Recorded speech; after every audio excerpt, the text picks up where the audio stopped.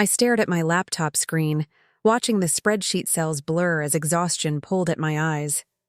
It was nearly 11 on a Tuesday night, and I had just finished reconciling the monthly reports for the medical supply distribution company where I worked as an operations coordinator. The cold coffee in my mug had formed a film on top, but I barely noticed.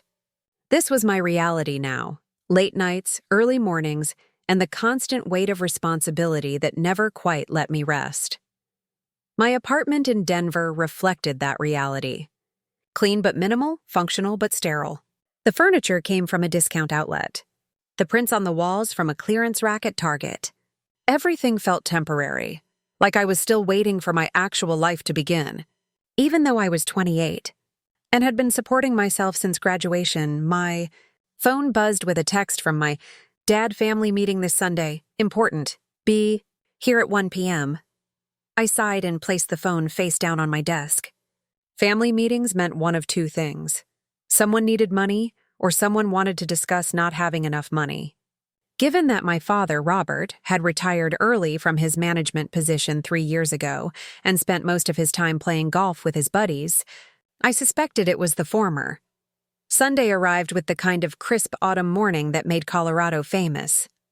I drove across town to the house where I grew up, a modest split level in a neighborhood that had seen better decades. My father had inherited it from his parents, so at least he owned it outright. Small mercies. I found him in the den, stretched out on the leather recliner that had molded itself to his shape over the years. My stepmother, Patricia, sat on the couch beside him, scrolling through her phone with manicured nails that clicked against the screen.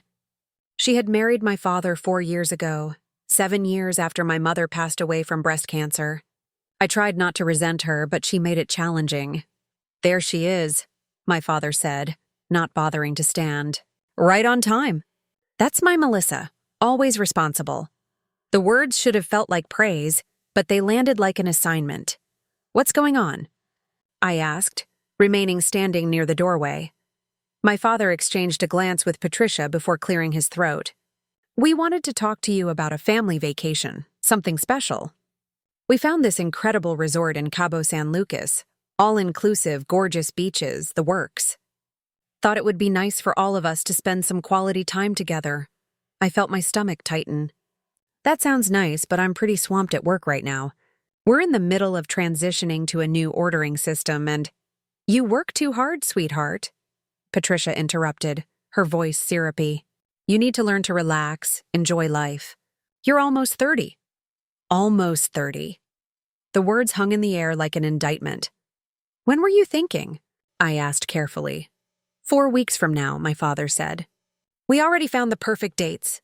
The resort has availability and the flights are reasonable. Well, reasonably expensive, but you know how it is." Something in his tone made my internal alarm start ringing. "And how much are we talking about?" My father waved his hand dismissively. "That's the thing. We want to do this right. No cutting corners, no budget accommodations. A real vacation, the kind we deserve. Dad, how much?" He shifted in his chair, suddenly very interested in the television remote. "About $2,500 per person, so $7,500 total for the 3 of us."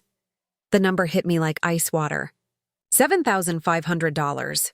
"It's a lot, I know," Patricia said quickly. "But when you break it down, it's really quite reasonable. 6 nights, all meals included, premium drinks, spa access." "I can't afford that right now," I said flatly. "I'm still paying off my student loans, and I just had to replace my HVAC system last month." My father's expression hardened. "Now, Melissa, before you say no, hear us out. This is important. Family is important. We never get to spend time together anymore." "Because I'm working," I said, hearing the defensive edge in my voice. "Exactly," he said, as if I had just proven his point. "You're always working. When was the last time you took a real vacation? When was the last time you did something just for enjoyment?" I opened my mouth to respond, but nothing came. He wasn't entirely wrong. My last vacation had been a long weekend 18 months ago, and I had spent most of it catching up on sleep and household chores. "Here's what we're thinking," my father continued, leaning forward with the enthusiasm of someone about to close a sale. We each pay our own share. Equal split. No handouts. No one feeling like they're being taken advantage of. Everyone contributes. Everyone pays their fair share. That's reasonable, right? Nobody expects handouts this time, Patricia added with a pointed smile. The phrase struck me as odd, this time, as if I had been the one asking for handouts when the reality was exactly the opposite. The conversation continued for another 40 minutes, with my father and Patricia painting an increasingly elaborate picture of poolside relaxation and sunset dinners. I found myself weakening despite my better judgment. Maybe they were right. Maybe I did need a break. Maybe I was being too rigid, too focused on the practical concerns that consumed my daily life. Think about it, my father said as I prepared to leave. But don't think too long. We need to book by Wednesday to lock in these rates. I drove home in a fog, my mind churning through the numbers. $7,500 was more than I could comfortably spend, but it wasn't impossible. I had been saving diligently, building up an emergency fund that currently sat at around $18,000. Taking out more than a third of it for a vacation seemed reckless, but the guilt was already working its way under my skin. When had I last spent real time with my father? When had I last done something purely for enjoyment rather than necessity? By Monday evening, I had talked myself into it. I would go. I would pay my share. I would try to be less rigid, less focused on the future, more present in the moment, all the things that self-help podcasts and well-meaning friends always suggested. I texted my father. Okay, I'm in. Let me know what you need from me. His response came immediately. That's my girl. I'll handle the bookings. Just be ready to transfer your share when I ask. Tuesday morning arrived with a crisis at work, a shipping error that resulted in a delayed delivery of critical supplies to a clinic network. I spent the entire day on the phone with carriers and vendors, troubleshooting and problem-solving until my head pounded. By the time I got home at 8 p.m., I was exhausted. I had just changed into comfortable clothes when my phone chimed with a text from my father. Booked everything. Need your share ASAP. Sending payment request now. Before I could respond, my banking app notification appeared. My father had sent a payment request through the app we both used for occasional transfers. The amount made my breath catch. $7,500. I stared at the number, my finger hovering over the decline button. This was real now. This was money leaving my account. Money I had worked overtime to save.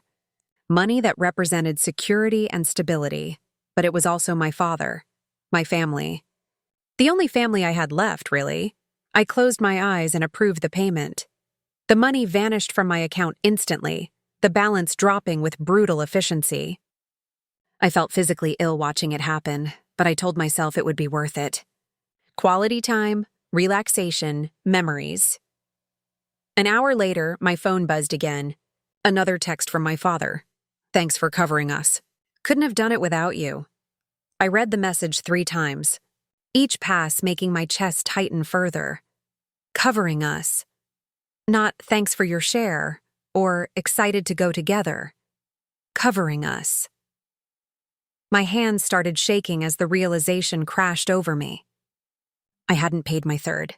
I had paid for all of it. The entire trip, my father's portion, Patricia's portion, and mine. $7,500 total, split 3 ways, should have been $2,500 each. But my father had never intended to pay his share. Neither had Patricia. They had set me up perfectly. The talk about equal splits, about no handouts, about everyone paying their own way, it had all been theater. They had known exactly what they were doing, had probably planned this conversation down to the last manipulative detail.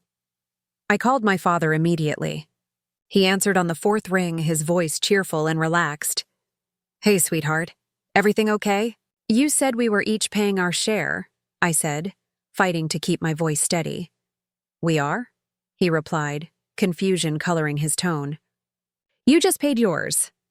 Dad, I paid $7,500. That's the entire cost of the trip. A pause. Then, is it? I guess the total was less than I thought. Well, lucky us, right? More money for activities and excursions. The casual lie was somehow worse than the theft itself. "You told me to pay my share," I said, my voice rising despite my efforts. "You said $2,500 per person." "I said the trip was $2,500 per person," he corrected, his tone shifting to something patronizing. "You must have misunderstood. But hey, this works out great. You're always saying you want to do more for the family. Now you can treat us to this vacation. Think of it as a thank you for everything we've done for you over the years." Everything they had done for me. I wanted to scream. I wanted to list every time I had lent him money that was never repaid. Every birthday he had forgotten. Every promise he had broken. Instead, I heard myself say, "I want that money back." "What money?" "You authorized the payment, Melissa. I didn't force you to do anything. You chose to be generous. Don't make this ugly now by asking for it back. That's not how family works. You lied to me." "I didn't lie about anything. You made assumptions. Not my fault if you didn't read carefully." His voice hardened. "Look, we're going on this trip. It's already booked, non-refundable, so you can either come with us and we'll have a nice time, or you can stay home and sulk about it. Your choice." He hung up before I could respond. I sat frozen on my couch, phone still pressed to my ear, listening to the dead silence on the other end. My entire body felt numb, disconnected from reality. This couldn't be happening. My father couldn't have just stolen $7,500 from me with such casual cruelty. But he had. And somehow he had made it seem like I was the unreasonable one for being upset about it. I didn't sleep that night. I lay in bed staring at the ceiling, watching shadows shift as car headlights swept past my window. My mind kept replaying the conversation, searching for the moment where I could have prevented this. The warning sign I should have seen, they had all been there. Glaring in retrospect, the emphasis on equal payment, the pointed comment about no handouts, the urgency to book immediately. They had played me perfectly, and I had walked right into it. By Wednesday morning, I felt hollowed out, operating on autopilot as I went through my work routine. My colleague Natalie noticed immediately when I arrived at the office. "You look terrible," she said bluntly, setting a fresh cup of coffee on my desk. "What happened?" Natalie was one of the few people at work I considered a real friend. She was 5 years older than me, with the directness I appreciated and a built-in radar for detecting problems. We had started at the company around the same time and had bonded over late nights and impossible deadlines. I told her everything, watching her expression shift from concern to disbelief to outright anger. "He stole from you," she said flatly when I finished. "I don't care how he framed it or what justifications he gave. He deliberately deceived you and took your money." "He's my father," I said weakly. "So what?" "That makes it worse, not better." She leaned against my desk, arms crossed. "What are you going to do about it?" "What can I do? The payment went through. The trip is booked. He made it clear he's not giving the money back. Can you cancel the payment through your bank?" I had already checked. The transaction was authorized by me. The bank wouldn't reverse it unless I filed a fraud claim, and I didn't know if I could do that against my own father. "Why not?" Natalie pressed. "He committed fraud." I rubbed my temples, feeling a headache building behind my eyes. "Because he's family. Because it would blow everything up. Because part of me keeps thinking maybe I did misunderstand somehow, even though I know I didn't." Natalie was quiet for a moment, studying me with an expression I couldn't quite read. "You know what the worst part of this is? It's not even about the money, is it? It's about the fact that he knew exactly what he was doing.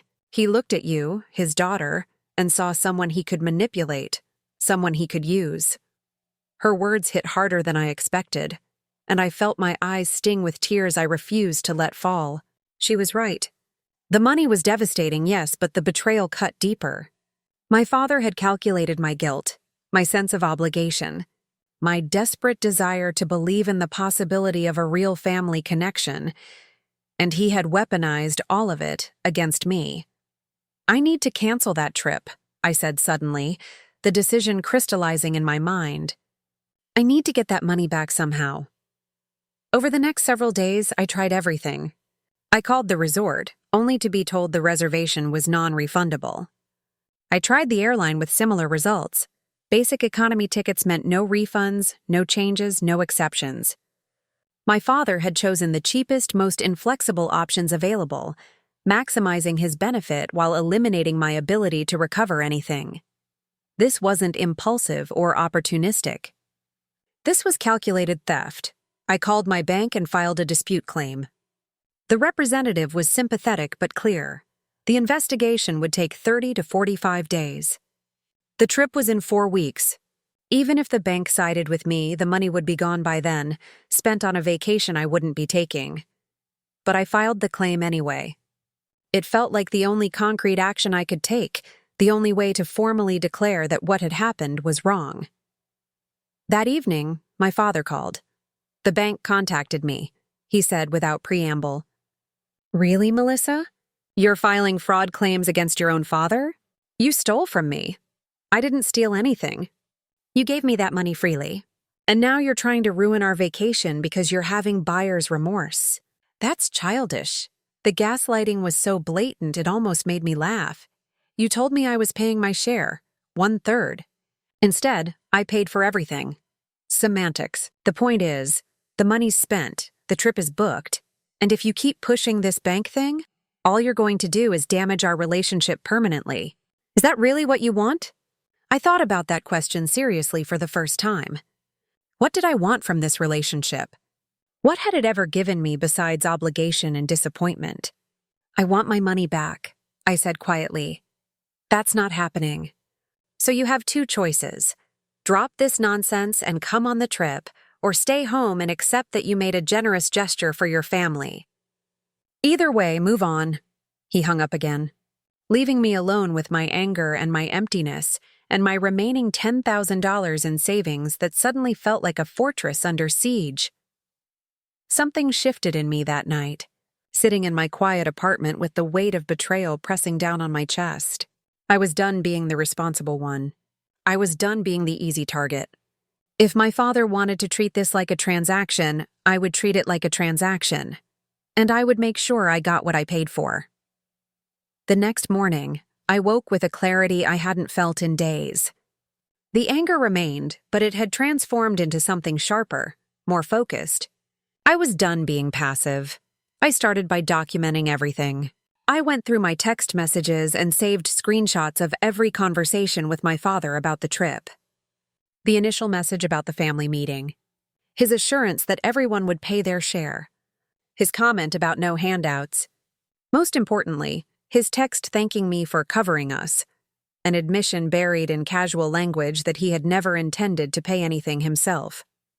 Next, I pulled my bank statements and highlighted the $7,500 transaction. I created a folder on my laptop labeled Cabo trip and organized everything chronologically. If this became a legal matter, I wanted documentation that would stand up. Wednesday afternoon, my phone rang with a call from Patricia. "Melissa? Honey, we need to talk," she said, her voice dripping with false concern. "Your father told me about this little misunderstanding with the payment." "There's no misunderstanding," I said evenly. "He lied to me about what I was paying for." "Oh, sweetie, I think you're being a bit dramatic." "Your father would never deliberately deceive you." "He loves you," she paused. "Look, I know money is tight for you right now. Maybe we can work something out. How about we pay you back $1,000? That way you're not out quite so much, and we can all still enjoy the vacation together." $1,000 out of $7,500. I almost laughed at the audacity. "I paid for the entire trip," I said. "I want the entire amount back." "Well, that's just not realistic, is it? The bookings are made. The money is spent. We can't exactly unspend it." Her voice hardened slightly. "You need to be reasonable here. $1,000 is a generous offer." "I'm not going on that trip," I said. "And I'm not dropping the dispute with my bank." Patricia's tone shifted completely, all pretense of warmth evaporating. "Fine. But don't come crying to us when you're alone and miserable because you chose money over family. Your father has done everything for you, and this is how you repay him." "You're ungrateful, Melissa. You always have been." She hung up before I could respond. 2 weeks later, the bank finalized the chargeback. $7,500 reappeared in my account. I stared at the balance for a long time, feeling something between relief and emptiness. I had won, technically. I had my money back. But my father's credit card had been charged, and he genuinely didn't have the funds to cover it. That evening, I researched travel policies and discovered something interesting. While the reservation was non-refundable, it could be canceled. You just didn't get your money back. More importantly, the reservation was in my father's name, but I had the confirmation number. He had forwarded it to me weeks ago, back when he still needed me to believe we were all going together. I sat with my laptop open, cursor hovering over the resort's customer service contact form. What I was considering was probably illegal, definitely unethical. But was it any worse than what he had done to me? I closed the laptop without submitting anything. I wasn't ready to cross that line yet. But knowing I could, knowing I had that power, gave me a strange sense of control. Thursday brought a new development. My father called, his voice carrying genuine concern. "The bank is being persistent about this dispute," he said. "They want documentation of what the payment was for. I need you to send them a statement saying this was a gift." It wasn't a gift. "Melissa, please. If the bank reverses the payment, the resort is going to charge my card, and I don't have that kind of money available right now." The admission surprised me. "You don't have $7,500? "Not liquid, no," he sighed heavily. "Look, I'm sorry if you felt misled. That wasn't my intention. But what's done is done. Help me out here. Tell the bank it was a gift, and I promise I'll pay you back over time. $100 a month or something. $100 a month would take over 6 years to repay. And I knew with absolute certainty that after the first month or two, the payments would stop. "No," I said. "I'm not lying to the bank for you. You can deal with the consequences of your own actions." His voice went cold. "You're really going to burn this bridge? You're willing to destroy our relationship over money?" "You destroyed it," I said quietly. "You just expected me not to notice." I hung up before he could respond. My phone exploded with calls and texts within an hour. My father, Patricia, even my uncle Greg, my father's brother, who I hadn't spoken to in over a year. I ignored all of them. When I finally checked my voicemail, my father's message was predictably furious. "You have crossed a line, Melissa. The bank is charging me $7,500 that I don't have. My credit card is going to be maxed out. Do you understand what you've done? You're destroying my credit, my financial stability, all because you couldn't let this go." Patricia's message was shorter, but more venomous. "Your father is having chest pains because of the stress you're causing. If something happens to him, it's on you." The guilt hit immediately, exactly as they intended. What if my father really was having health problems? What if I was taking this too far? But then I remembered the casual cruelty in his voice when he told me to get over it. The way Patricia had called me ungrateful. The calculated manipulation of the entire scheme. I called Natalie. "They're trying to manipulate you again," she said firmly when I explained. "The chest pains, the destroyed credit, all of it. That's just a different tactic. They want you to feel responsible for the consequences of their own actions." She was right. But guilt was a hard habit to break. Saturday morning brought a surprise. My father showed up at my apartment. I saw his car pull into the parking lot and debated not answering the door. But confrontation felt inevitable. He looked haggard when I opened the door, older than I remembered. "Can I come in?" he asked quietly. I stepped aside and let him enter. He stood awkwardly in my small living room, taking in the modest furniture. "Look, I came here to apologize," he said. "I handled this badly. I should have been clearer about the payment structure." It was the closest thing to an admission of guilt I had ever heard from him. But it still fell short. He was apologizing for poor communication, not for theft. "You lied to me," I said. "You deliberately set up a situation where I would pay for your vacation while thinking I was paying for mine." "I didn't think of it that way," he protested. "I thought, I don't know, maybe that you wouldn't mind helping out. You make good money. You don't have kids, no major expenses. It seemed reasonable." "The bank is going to charge my card $7,500, he continued. I don't have that money, Melissa. My credit card is already carrying a balance. This is going to push me over the limit. Then you shouldn't have spent money you didn't have on a luxury vacation. I thought it was covered, he said, and there it was, the core of his worldview. He had thought it was covered because he had thought I would simply accept being used. I want you to understand something, I said, keeping my voice level. What you did wasn't just about money. You looked at your own daughter and decided I was someone you could manipulate and exploit. You gambled that I would value keeping the peace more than I would value my own self-respect. And you almost won. We are a real family, he said weakly. No, we're not. Real families don't treat each other like marks in a con. I moved to the door and opened it. I think you should leave. He walked to the door, pausing in the threshold. If you go through with this chargeback, I won't be able to afford the trip. This was supposed to be special. Then you shouldn't have based it on stolen money, I said, and closed the door. Over the next several months, I rebuilt my life on my own terms. I started taking a photography class on Tuesday evenings. I went out with colleagues instead of rushing home to an empty apartment. I even went on a few dates. Most importantly, I started therapy.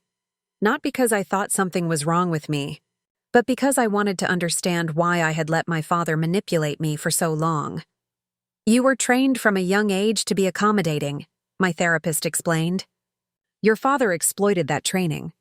But you recognized it and you stopped it.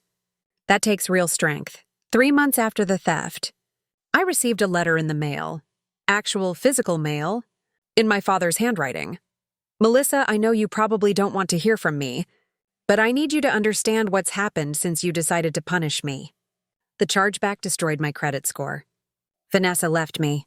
She said I humiliated her. My friends keep asking why we didn't go on the trip. You did this. You chose revenge over family. I raised you better than this. I read the letter twice, waiting for the guilt to hit. It didn't come. Instead, I felt a strange detachment. The phrase, "I raised you better than this," particularly struck me. He had raised me to be compliant, to prioritize his needs, to feel responsible for his emotions. And I had been better than that. I took a picture of the letter, filed it with my other documentation, and threw the original in the recycling bin. 6 months after everything started, I was promoted to Regional Operations Manager. The position came with a substantial raise and the respect of colleagues who valued my expertise. That evening, I called Natalie to share the news. See? She said, "This is what happens when you stop letting toxic people drain your energy. You have room to actually succeed." She was right. For years, I had been operating at half capacity, always distracted by the next family emergency, always holding back resources in case my father needed something. Without that constant drain, I had flourished. My father tried to contact me one more time, 9 months after the original theft. He sent a letter to my workplace. "Melissa, I'm not writing to ask for anything. I just want you to know that I understand now. I understand what I did was wrong. I'm working with a financial counselor, trying to get my life together. I'm sorry for everything. I hope you're doing well." I read the letter in my car during lunch break. The apology felt real this time, unencumbered by justifications or requests, but it also felt like it came too late after. I had already done the work of moving on without it. I took a picture of the letter and threw the original in a public trash can on my way back into the office. Maybe someday I would be ready to have some kind of relationship with my father again. But today wasn't that day, and tomorrow probably wouldn't be either. And that was okay. I had built a life I was proud of. I had friends who valued me, work that challenged me, hobbies that fulfilled me. I had learned to recognize manipulation and to walk away from it without guilt. My father had taught me one final valuable lesson, though not the one he intended, that sometimes the most loving thing you can do for yourself is to stop loving people who hurt you, not with anger or bitterness, but with the simple recognition that you deserve better than what they're capable of giving.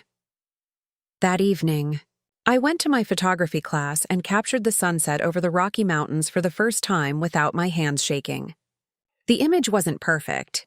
The exposure was slightly off and the composition was unbalanced. but it held. It captured something real and honest, much like me.